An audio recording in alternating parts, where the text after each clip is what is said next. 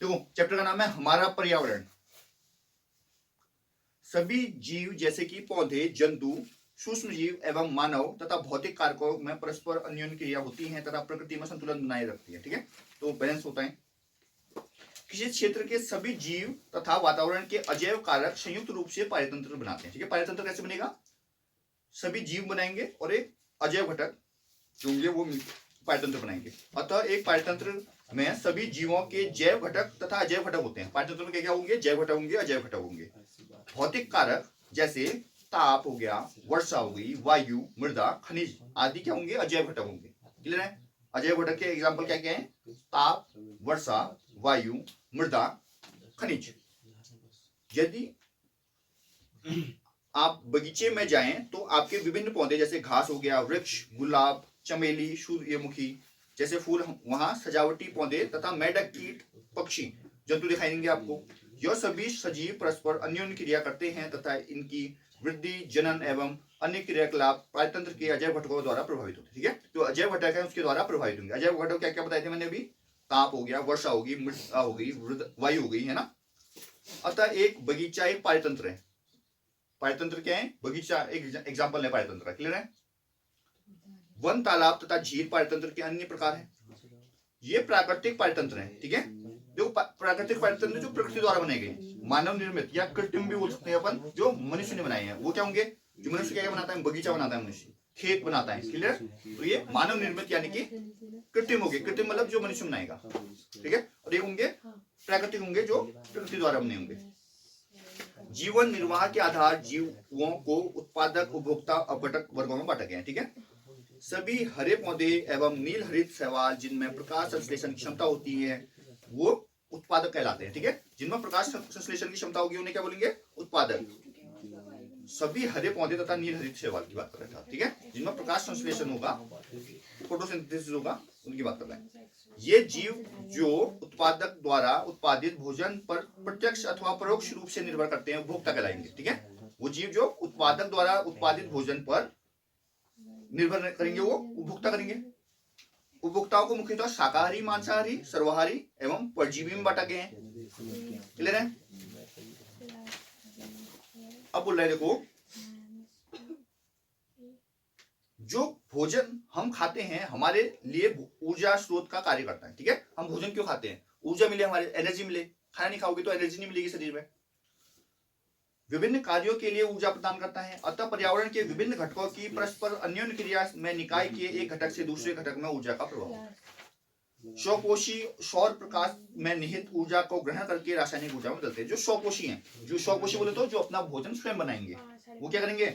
सौर प्रकाश में निहित ऊर्जा को ग्रहण करेंगे, रासायनिक ऊर्जा में बदलेंगे। यह ऊर्जा संसार के संपूर्ण जैव समुदाय की सभी क्रियाओं के लिए संपादक में सहायक है। स्वपोषी से ऊर्जा विषमपोषी एवं अपघटकों तक जाती है। जब ऊर्जा का एक रूप से दूसरे रूप में परिवर्तन होता है तो पर्यावरण में ऊर्जा की कुछ मात्रा का अनुप्रयोग ऊर्जा के रूप में ह्रास हो जाता है। ठीक है, तो एक रूप से दूसरी रूप में अगर ऊर्जा जाएगी, ट्रांसफर होगी, तो ऊर्जा का कुछ ह्रास हो जाता है, कोई वेस्ट हो जाता है कुछ ऊर्जा। क्लियर है? पर्यावरण के विभिन्न घटकों के बीच ऊर्जा के प्रवाह का, है ना, जो वो रूल है देखो, एक स्थलीय पारतंत्र में हरे पौधों की पत्तियों द्वारा प्राप्त होने वाली सौर ऊर्जा का लगभग 1% भाग खाद्य ऊर्जाओं में परिवर्तित होता है। ठीक है, तो 1% मतलब खाद्य ऊर्जा में परिवर्तन होगा। बस जितनी उसके अंदर ऊर्जा होगी, इसमें हरे पौधों की पत्तियों में, ठीक है, उसमें क्या होगा? सौर ऊर्जा का लगभग 1% भाग खाद्य ऊर्जा में परिवर्तन होता है। सिर्फ 1% भाग मतलब खाद्य ऊर्जा में परिवर्तन होगा। अगला क्या है? जब हरे पौधे प्राथमिक उपभोक्ता द्वारा खाए जाते हैं, हरे पौधे को खाया किसने? प्राथमिक उपभोक्ता। प्राथमिक उपभोक्ता बोले तो जो पहला मतलब पहला वो है जो उसको कंज्यूम करता है। ठीक है, खाता है तो क्या होता है? ऊर्जा की बड़ी मात्रा का पर्यावरण में ऊष्मा के रूप में ह्रास होता है।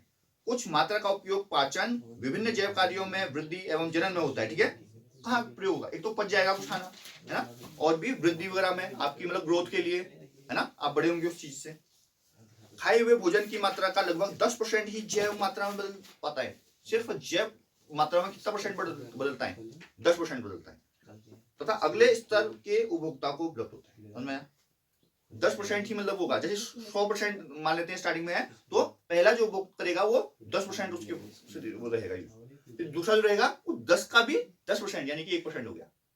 क्लियर है? फिर तीसरा जो उपयोग कर गया 1% का 10%। क्लियर है? यानी कि 0.1%।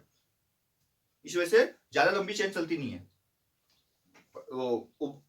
उत्पादक से उपभोक्ता के 3 चरण या मैक्सिमम 4 चरण होते हैं, ज्यादा नहीं होते फिर, क्योंकि फिर बचा ही नहीं कुछ। अतः हम कह सकते हैं कि प्रत्येक स्तर पर उपभोक्ता कार्बनिक पदार्थों की मात्रा का औसतन 10% ही उपभोक्ता के अगले स्तर तक पहुंचता है। ठीक है, एक स्तर से दूसरे स्तर में 10% ही पहुंचता है, ये बता रहे हैं। क्योंकि उपभोक्ता के अगले स्तर में के लिए ऊर्जा की बहुत कम मात्रा उपलब्ध हो पाती है, अतः आहार श्रृंखला सामान्यतः 3 अथवा 4 चरणों की होती है। ठीक है, बोल दिया उसने 3 या 4 चरणों की आपकी आहार श्रृंखला होंगी।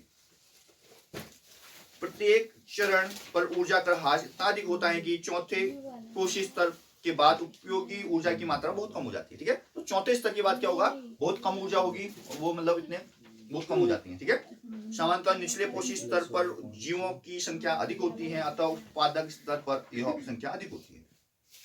विभिन्न आहार श्रृंखलाओं की लंबाई एवं जटिलता में काफी अंतर होता है। आमतौर पर प्रत्येक जीव 2 अथवा अधिक प्रकार के जीवों द्वारा खाया जाता है। ठीक है, प्रत्येक प्रकार का जीव क्या 2 या 2 से अधिक प्रकार के जीवों द्वारा खा सकते हैं। ठीक है, जो स्वयं अनेक प्रकार के जीवों का आहार है।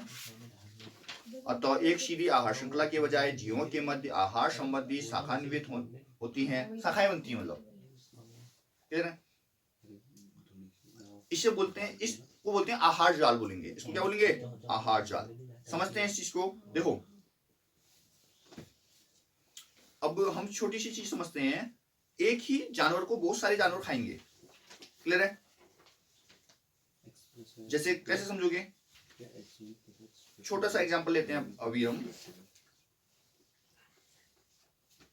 जैसे कि कोई हरी चीज है, हरी पत्तियां वगैरह है, उनको कौन कौन खाता है?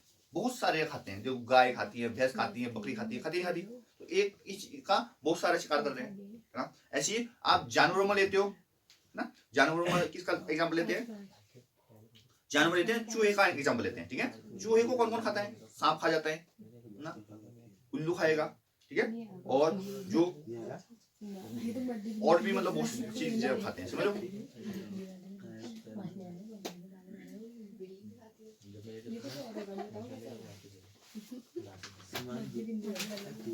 पितर देवो भव भी खाते हैं।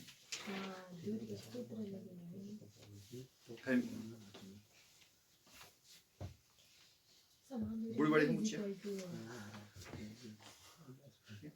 सोचो, ये बहुत इंपॉर्टेंट टॉपिक है, ध्यान देना इसमें। पूरा जो पारितंत्र है हमारा, ठीक है, एक चीज अगर डिस्टर्ब होगी ना, पूरा पारितंत्र बिगड़ जाएगा। समझो, सोचो एक चीज गायब हो गई, हरी चीज गायब हो गई, सूर्य का प्रकाश गायब हो गया, है ना।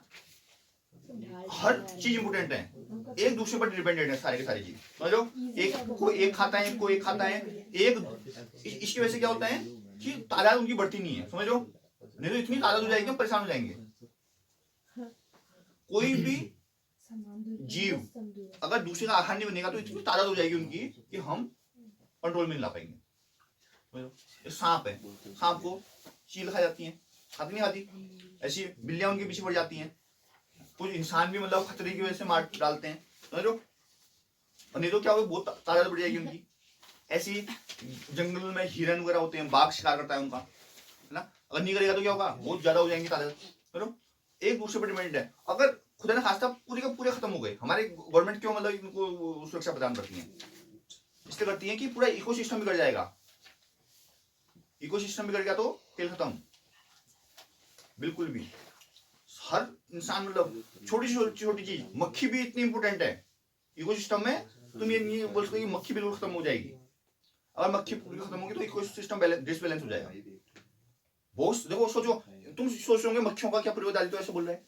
अबे मक्खियां एक जगह से दूसरी जगह मतलब बैठती हैं, उससे क्या होता है, जो ये पेड़ पौधों में, है ना, क्या होगा, पुंकेसर और स्त्रीकेसर का मेल होता है। कैसे होता है? इन्हीं के द्वारा तो होती है। मधुमक्खी पकड़ती हैं ऊपर से, मतलब वो बैठी उसके ऊपर, मतलब जो भी रस चूसा उसने, फिर दूसरे वाले में बैठी तो उसके पैरों में लग जाता है परागकण, तो पुंकेसर से स्त्रीकेसर में पहुंच जाते हैं। क्या हो गया, फल देना चालू हो जाता है पेड़।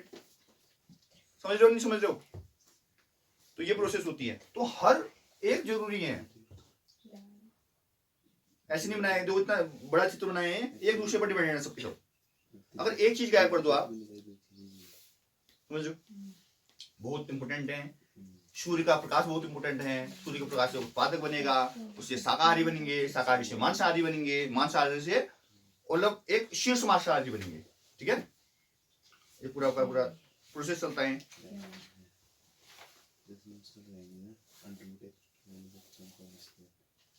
तो विभिन्न पोषक स्तर पर क्रमिक स्थानांतरित होने पर अपने से पहले स्तर के लिए उपलब्ध नहीं होता है। दूसरे प्रत्येक स्तर पर ऊर्जा की हानि के कारण प्रत्येक पोषक स्तर पर उपलब्ध ऊर्जा में उत्तरोत्तर ह्रास होता है। आहार श्रृंखला का दूसरा आयाम यह भी है कि हमारी जानकारी के बिना ही कुछ हानिकारक रासायनिक पदार्थ आहार श्रृंखला से होते हुए हमारे शरीर में प्रविष्ट हो जाते हैं। हमको पता नहीं होता, पर हमारे हानिकारक चीज भी हमारे शरीर के अंदर हो जाती है। ठीक है, जैसे कि सोचो, हम खेतों में यूरिया वगैरह डालते हैं। ठीक है, बारिश हो गई, वो चली गई नदियों में, वो पानी हमारे पास आया, हमने यूज किया, तो हमारे शरीर में नुकसान हुआ ना, उसका जीवधारियों को नुकसान हुआ नहीं हुआ? तो ये तो जल प्रदूषण किसी प्रकार होता है, इसी प्रकार हो सकता है, बोल सकते हो। इसका कारण है कि विभिन्न फसलों को रोग एवं पीड़कों से बचाने के लिए कीटनाशक एवं रसायनों का अत्यधिक प्रयोग होता है। होता ही नहीं होता? ये रसायन बहकर मिट्टी में अथवा जल स्रोतों में चले जाते हैं। मिट्टी से इन पदार्थों का पौधों तथा जल एवं खनिजों के साथ साथ अवशोषण हो जाता है। ठीक है, फिर क्या होगा लास्ट में? अगर अवशोषण हो जाएगा तो जलाशय से यह जलीय पौधे एवं जंतु में प्रवेश करेंगे।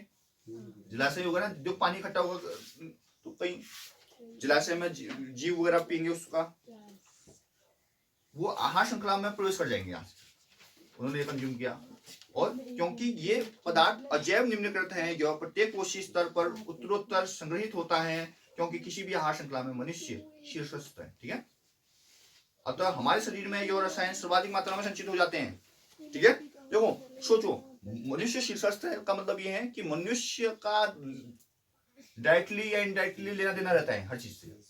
समझो, अगर हमारे जानवर खा रहे हैं उसको, तो जानवर का हम दूध पीते हैं, हमारे अंदर जाएगा ही जाएगा। अगर वहां मछली है तो मछली भी हम खाते हैं, वो पानी है तो पानी भी हम कंज्यूम करते हैं। तो मनुष्य ही है, मतलब ऐसा प्राणी है जो सब चीजों का लाभ उठा